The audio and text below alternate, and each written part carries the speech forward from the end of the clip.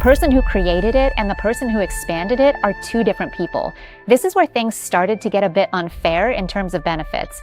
Ray Kroc, the guy who expanded the McDonald's empire, said he put in a ton of effort, but the returns he got just weren't fair.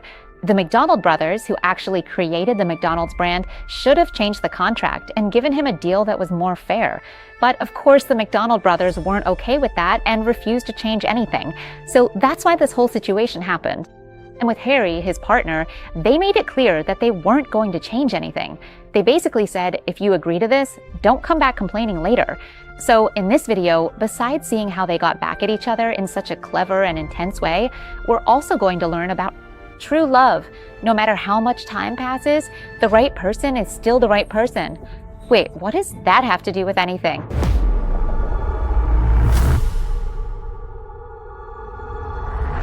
Support McDonald's Info, EP2, with the Time Money Monster channel by scanning this QR code. Or if you want to support the Time Money Monster channel in a super easy way, just hit like, share, or drop a comment to chat with us. But what I'd love most is if you could subscribe to the channel. Oh, and by the way, we now have a membership system, so you can become a member of the Time Money Monster channel too. Thank you. Let's continue. I won't recap part 1, so if you haven't seen it, go check it out. Where I left off, Ray Kroc, the guy who expanded the empire, along with partners like Harry and the new kid, Grade, grew McDonald's in a big way. But as they expanded, they needed more money to keep growing sustainably. So Ray went to talk to the McDonald brothers, the original founders. He approached the original founders of McDonald's and told them the contract needed updating. The $950 franchise fee per location and 1.4% revenue share were simply far too low for them. Of course, the McDonald brothers said they weren't going to change it. They wanted to keep those numbers. They thought it was already good, just fine as it was. Just imagine the voice in Ray Kroc's head at that moment.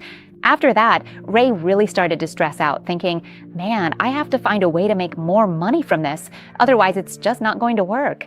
And he realized that honestly, the McDonald brothers themselves were the real obstacle, because Ray's goal was to expand McDonald's and make it huge all across the United States. But as for him, even though he put in so much effort, he got nothing out of it.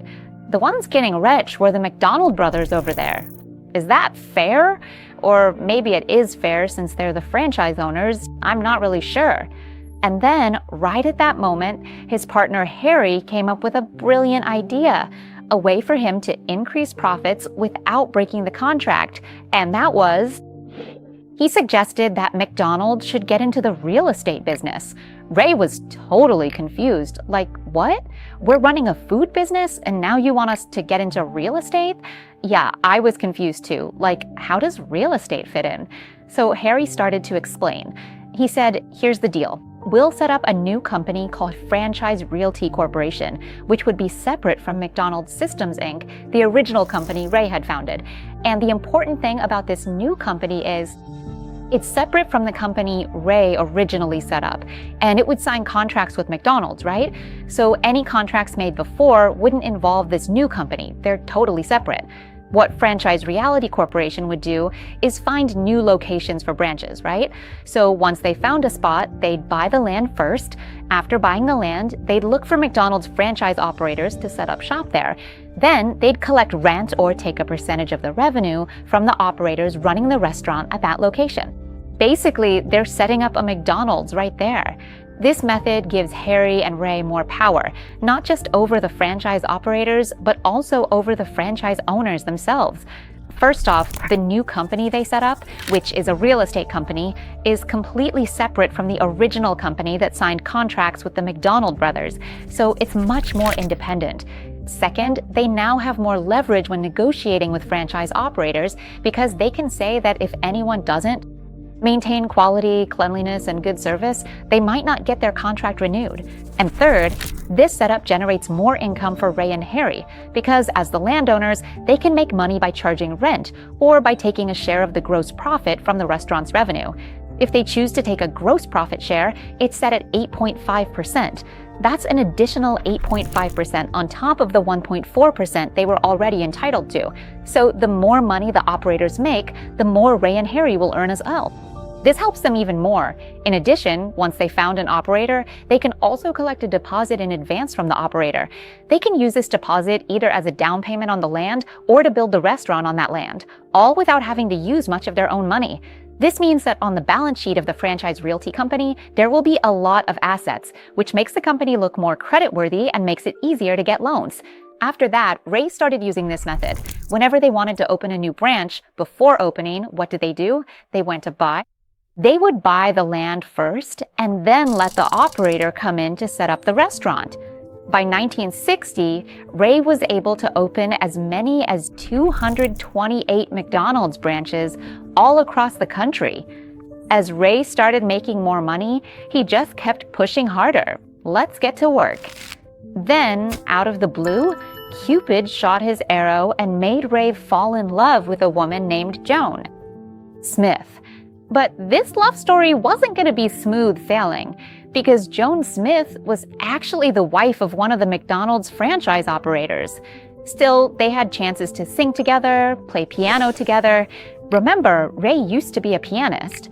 And most importantly, what Ray felt for Joan, who he had just met and was about to fall in love with, was nothing like what he had with Ethel. Ethel was Ray's wife, the one he married when he was 20. What made Joan so remarkably different from Ethel was that Joan shared the exact same passion as Ray.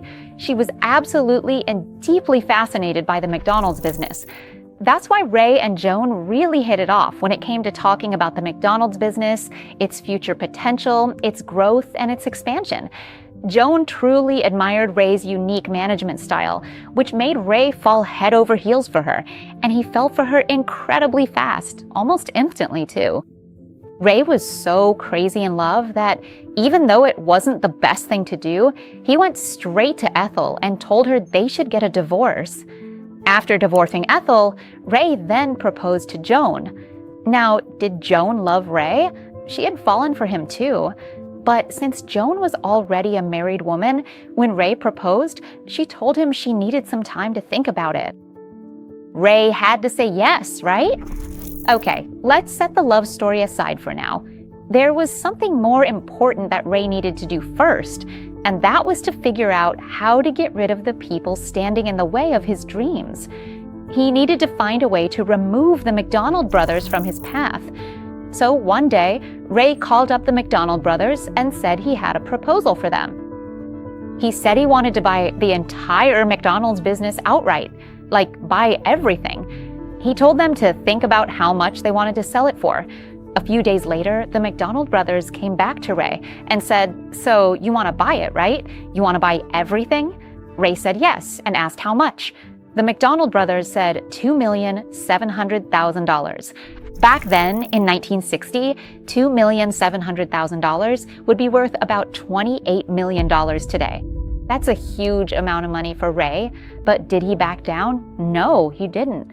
Ray was determined because he thought if this deal went through, if he could find the money to buy it, this would be everything he ever wanted. Luckily, Ray had Harry, who had connections with powerful people on Wall Street and all that, so he was able to secure a loan to buy the McDonald's business. At first, when they were negotiating, the McDonald brothers asked, "Right, you want to buy everything, right? If you want to buy it all." The price was $2,700,000, but when it came time to actually pay, the McDonald brothers suddenly said, "How about this? You can have everything, but can we keep the original branch that we built ourselves?" Ray was like, "Really? But you said you'd sell everything. If you want to keep that branch, can you lower the price?" But the McDonald brothers replied, "Can't we just not lower it?" Ray was so frustrated. One minute they say one thing, and when it's time to pay, they change it up. Honestly, this deal almost fell apart right there, until Ray said, "Fine, you can keep that branch if you really want to, but you can't use the McDonald's name." The McDonald brothers agreed, saying, "All right, we'll change the name of that branch to the Big M for Ray." So Ray paid the $2,700,000 and closed the deal to buy McDonald's for himself. But he was still annoyed because he'd been arguing with those two McDonald brothers for 7 years. And just when it seemed like things would end well, it didn't. Ray was still mad. So then Ray began to feel deep down that he wanted revenge. He thought to himself, "Let me have this one." As soon as the two McDonald brothers met up and signed the papers to close the deal, the first thing Ray said to his staff that day was, "Normally, I'm not the kind of guy who holds a grudge, but I'm going to deal with those two bastards." The very first move that Ray made after closing the deal to buy McDonald's was to open a brand new McDonald's restaurant. He opened it right next to the Big M, with one goal in mind: to put the Big M out of business. And Ray succeeded, because the Big M just couldn't compete with the new McDonald's that opened right next door. The dream of the two McDonald brothers, who might have wanted to keep their original restaurant as a memento, was completely shattered. Ray must have felt pretty satisfied about that. After that, Ray and Harry went on to merge the company McDonald's Systems Inc. with Franchise Realty Corporation, which they merged the companies together and gave it a new name, McDonald's Corporation. Most importantly, Ray erased the brand's history. He removed the names of the two McDonald brothers. Ray started calling himself the founder, and he even wrote into McDonald's official history that his first franchise in Illinois was McDonald's #1. Not only did he erase the names of the two McDonald brothers, but he also got rid of the original restaurant of McDonald's as well. He was really ruthless, just completely wiped them out. Wow, that's seriously cold-blooded. After he closed the deal to buy McDonald's, got rid of the two brothers, and even got his revenge, Ray was absolutely thrilled. And just when things were going great in Ray's life, he got a phone call. Do you know who it was from? It was from Joan. That's the same woman he divorced Ethel, his first wife, for so he could be with her. Eventually, Joan had already thought it through and decided how she would respond to Ray's earlier proposal. Remember, Ray had asked Joan to marry him. Joan called to say, "I can't let my mother and my daughter down. I think I have to turn you down." Beep, beep, beep. The call was disconnected. Ray was heartbroken. He hung up and just stared at the sky. Everything felt empty. He had gotten everything he wanted, but you can't force love. You can't buy it with money either. He was just heartbroken. So what do heartbroken people usually do? So has anyone here ever had their heart broken? People who are heartbroken usually throw themselves into work, trying to keep busy, doing anything they can to forget about that person. Right. And then came the time when McDonald's was set to take over the global market in 1961. At that point, McDonald's had 228 branches, which is a lot, but not enough to be super popular or a household name yet. It was nowhere near being a global brand. Ray just kept thinking about how he could make it happen. Go global, right? He started by thinking, okay, if McDonald's was going to make it worldwide, it would need to constantly have new ideas and innovations. So his approach was to select franchise operators from the very beginning who were young, energetic, and hungry for success. What Ray did was encourage all the franchise owners to pitch their ideas, and he would embrace those ideas and adapt them, all while setting standards. But there were boundaries, specifically quality, service, and cleanliness. These were non-negotiable. Beyond that, if anyone had a new idea, they were encouraged to propose it. Ray would let people test these ideas out locally first. If it worked well, he would then roll that idea out to all the stores. So if a franchisee had a pitch, Ray would listen. That made people even more eager to innovate. It wasn't like dealing with an owner who just shuts you down. It wasn't like, no, you can't do that. This is forbidden. That's not allowed. You need permission first or anything like that. That kind of stifling environment would be unbearable. This open culture at McDonald's was a good thing because it led to the creation of famous mascots like Ronald McDonald, who you see sitting with his chin in his hand or striking a cool pose in front of every McDonald's branch around the world. It also gave rise to the Happy Meal. Has anyone never had a Happy Meal? The Happy Meal is that kid's hamburger set that comes with a toy, and it's become iconic. Sometimes the toys even come in sets you can collect, and every kid loves Happy Meals. It's a really brilliant marketing strategy because it gets McDonald's customers to love the brand from the time they're kids. It creates a bond. But of course, it's still fast food, so it's not exactly healthy. Still, they've come up with other cool ideas like the Big Mac, drive-thrus, or the Playland at McDonald's. Have you ever played there? And then in 1965, Ray was able to take McDonald's public, making it the first fast food chain in the world to be listed on the stock exchange. At that point, Ray started to step back from his role a bit and handed things over to Fred. Remember Fred, the guy who started out flipping burgers at age 23? Ray saw him and thought, wow, this guy is really something. Let's bring him on board. Back then, Fred was the assistant operations manager. Now, what do you call it? He promoted Fred to He became the CEO, so now we can't really call him young Fred anymore because he's the CEO now. Ray was the one who really took McDonald's out to the global market. And let me tell you, back then, even the biggest restaurant chains in the United States hadn't managed to succeed internationally, but Fred did it. He made McDonald's a success in the international market. And I have to add, even Ray himself hadn't been able to pull that off before. You know where everyone failed when it came to the international market? They all crashed and burned when, after expanding overseas, they tried to adapt their menus to fit the local culture of each country. Every single one of them failed because of that. So what Fred did, and what made him successful in taking McDonald's global, was that he brought McDonald's to Japan and didn't change a thing. However it was in America, that's exactly how McDonald's was in Japan. And guess what? It worked. It was a huge success. It became super popular with the Japanese. They loved it. And this strategy, wasn't just used in Japan. It worked in many other countries where McDonald's expanded its market. That's why by 1974, McDonald's had as many as 500 branches worldwide. At that point, there were so many McDonald's franchise operators that Ray had to come out and give a speech to all the franchisees. And on that day, among the crowd, there was a woman. That woman was Joan. She was the one who had broken Ray's heart for so many years. As soon as Ray saw Joan, he immediately worked her into his speech, saying, "In life, I've achieved success. I've gotten everything I ever wanted. The only thing missing is..." And then he just stopped right there, looking straight at Joan.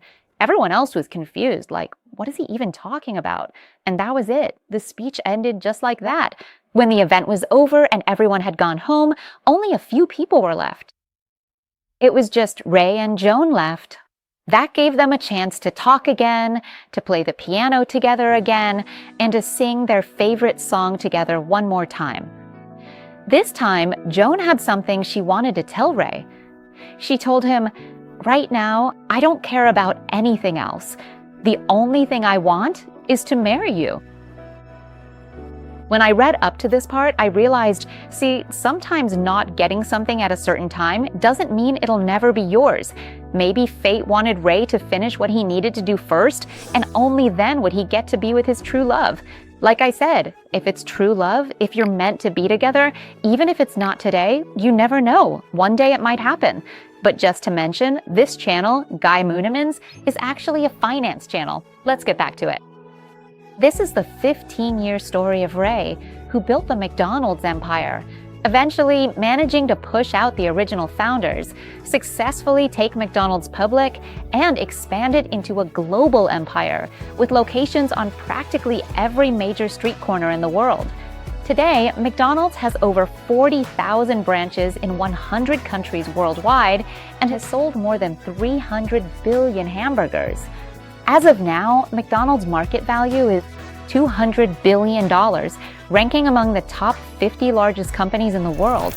And every year, when McDonald's celebrates Founders Day, it's Ray who gets the recognition.